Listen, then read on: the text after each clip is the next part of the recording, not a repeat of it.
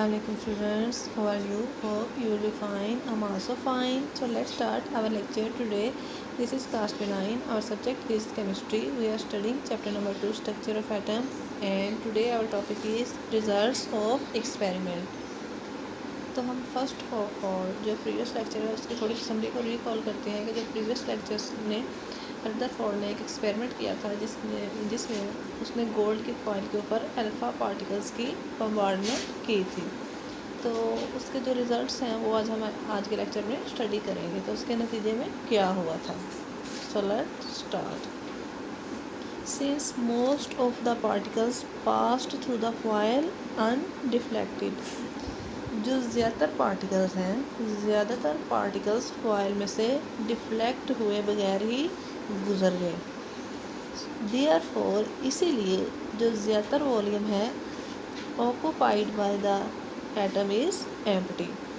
तो इससे ज़ाहिर होता है बिकॉज जो ज़्यादातर पार्टिकल्स हैं वो डिफ्लेक्ट हुए बगैर गुजर गए थे फॉइल में से। तो इससे शो होता है, इससे क्या शो होता है कि जो एटम है उसके अंदर जो ज़्यादा वॉल्यूम है वो एम्प्टी है।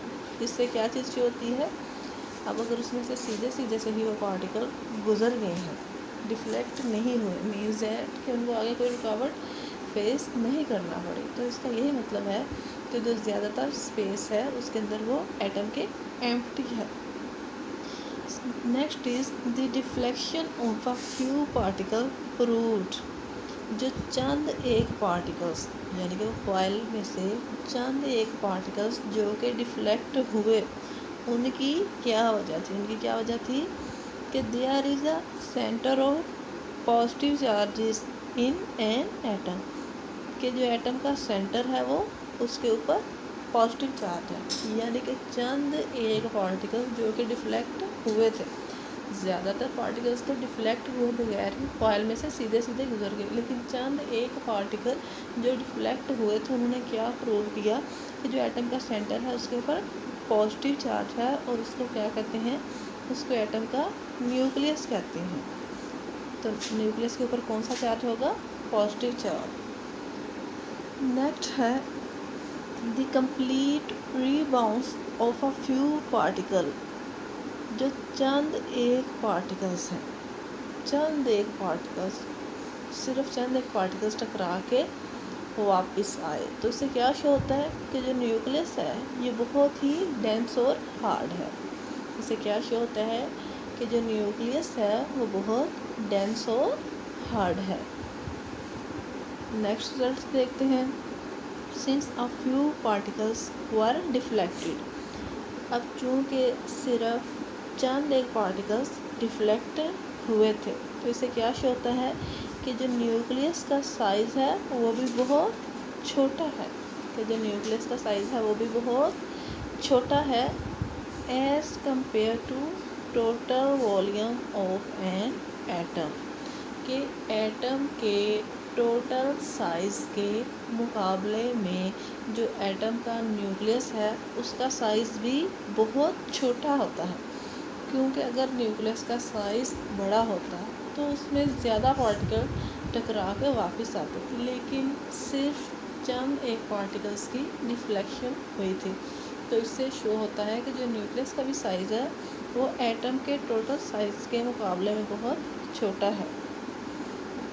नेक्स्ट रिजल्ट है the electrons revolve around the nucleus, जो इलेक्ट्रॉन्स हैं वो न्यूक्लियस के गिर्द रिवॉल्व करते हैं, उसके गिर्द घूमते हैं।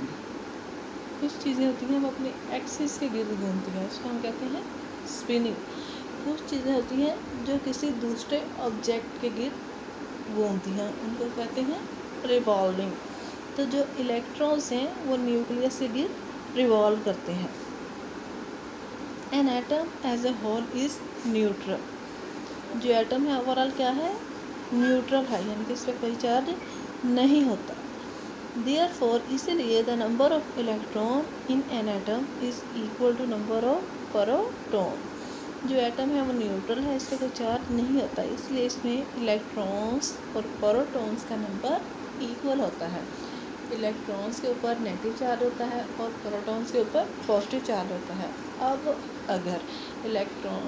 अगर एटम ओवरऑल न्यूट्रल है तो फिर इसके अंदर पॉजिटिव और नेगेटिव चार्जेस यानी कि इलेक्ट्रॉन्स और प्रोटॉन्स का नंबर इक्वल होना चाहिए। नेक्स्ट है एक्सेप्ट इलेक्ट्रॉन्स के सिवाय ऑल अदर फंडामेंटल पार्टिकल्स, बाकी तमाम फंडामेंटल पार्टिकल जो कि न्यूक्लियस के अंदर होते हैं, इलेक्ट्रॉन्स के अलावा बाकी वो तमाम फंडामेंटल पार्टिकल जो कि न्यूक्लियस के अंदर होते हैं उनको क्या कहते हैं? न्यूक्लियॉन्स।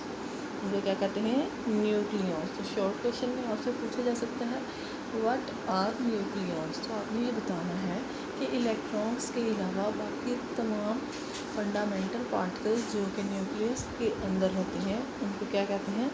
उनको न्यूक्लियॉन्स कहा जाता है। So this was about today's lecture. I hope you must have understand this very well. Still, if you have any confusion, you can again ask me. Thanks and take care.